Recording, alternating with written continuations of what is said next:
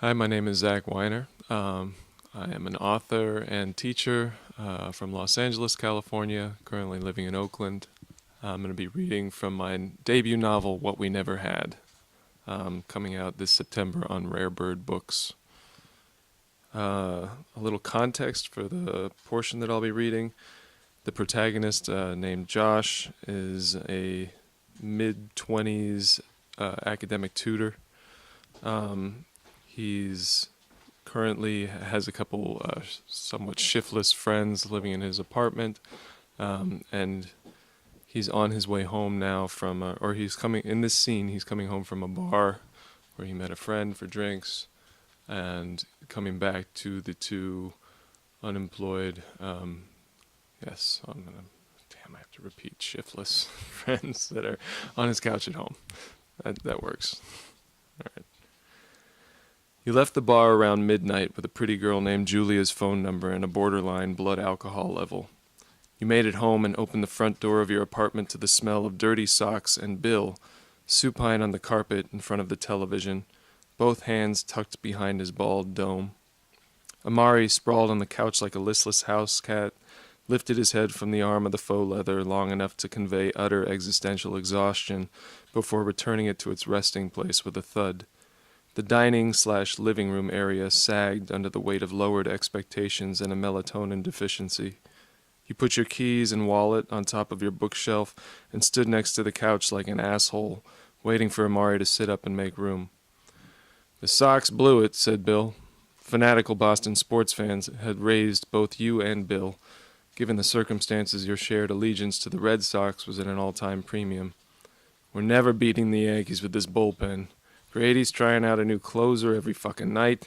How are we supposed to make a playoff push when these guys don't know their roles? You stretched your arms above your head and yawned. It's a valid concern. Amari scratched his burgeoning potbelly. The Sox bullpen is like the U.S. Senate, he said. The game gets turned over to them and they can't throw strikes. They just stall until the bed is officially crapped and your starters take no decisions. Anyway, said Bill, they're on ESPN tomorrow. Last series of the season in the Bronx. He fought the impulse to grab a beer from the fridge, succumbed to lethargy and sink into the unoccupied cushion by Amari's pungent feet. You couldn't sit just yet. Even slightly buzzed, you needed the contrast between his kind of weariness and yours to be clear, at least to you, at least for a few more minutes. You guys eat, you said? Don't even mention food, said Bill. Amari wagged an admonishing finger at Bill. Bubba Gump over here ate 2 orders of fried shrimp and chips. Ugh, groaned Bill, don't talk about it. You stepped up into the designated bedroom area, a single step and a curtain insinuating a separation between itself and the designated living room area. Multi-level living, you called it. A literal step up from a studio, but drawing that curtain was a daily reminder that you had yet to elevate yourself to the station in life that put plaster between you and your house guests. You retreated to the bathroom and turned on the fan. The toilet seat was up. Thick droplets of yellow, dehydrated piss sprinkled the rim of the bowl. The bath mat squished under your feet, and water soaked through your socks. You peeled off your clothes and showered. You sucked down steam like it was vaporized Prozac. The hum of the ceiling fan obliterated the voices from the television, and you remembered what it was like to be all alone, just you and a modest, clean, quiet, multi-level room that the outside world was content to ignore. For weeks you'd been returning home heavy-limbed and brain-weary from the homework club, following hours of helping teenagers with their geometric proofs and instructing them on the insipid art of the college application essay, only to find Bill and Amari in roughly the same positions as when you'd left.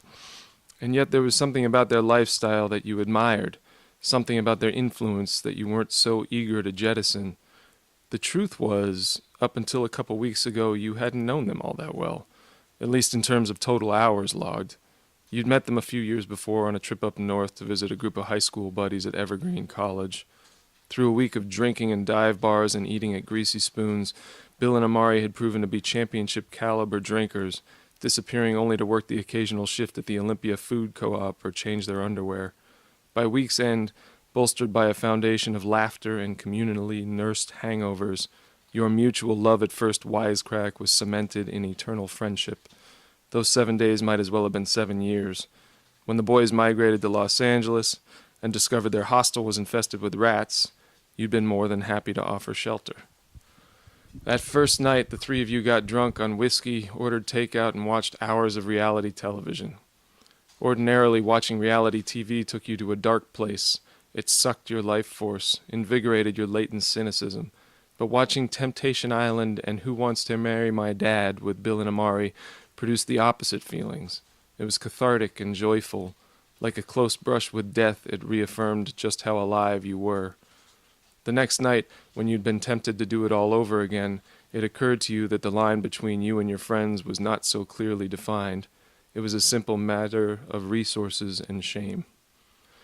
Sleep eluded you. Amare's deviated septum endowed his snoring with the unruly chortle of a diesel engine, and Bill talked in his sleep in an eerily casual way, as if he were ordering dinner. You got up, pulled aside the curtain that separated the bedroom area from the living room area, and observed their sprawled carcasses, marveling at their ability to sleep soundly under any circumstance. Your cigarettes accompanied you to the narrow balcony where you stood shirtless in 80 sultry degrees. Up above, tangled telephone lines buzzed like radioactive blood vessels, while across the narrow alleyway, the blue light of insomniac television screens illuminated your neighbor's curtains. You were getting to a certain age, one disconcertingly beyond the original age you'd set for yourself to quit smoking. A few years removed from college, you had a job that sounded serious enough to provoke approving nods from your elders, suggest that you didn't entirely lack ambition, but you'd taken the tutoring gig like you'd taken every other job before it, as a means to pay the bills while you worked on becoming whatever the fuck you were supposed to become. 10 months later, there was no denying that the job had taken its hammer and begun to chisel away superfluous pieces of rock until what had once been an amorphous slab began to resemble something like an adult. And yet your habits set you firmly amongst a group of peers that other adults presumed you'd outgrown. The truth was, you didn't want to leave them behind any more than you wanted to leave behind your cigarettes. They were trusted companions. They made you happy. And they were brilliant. They were better at doing nothing than you'd ever been at anything. Thanks.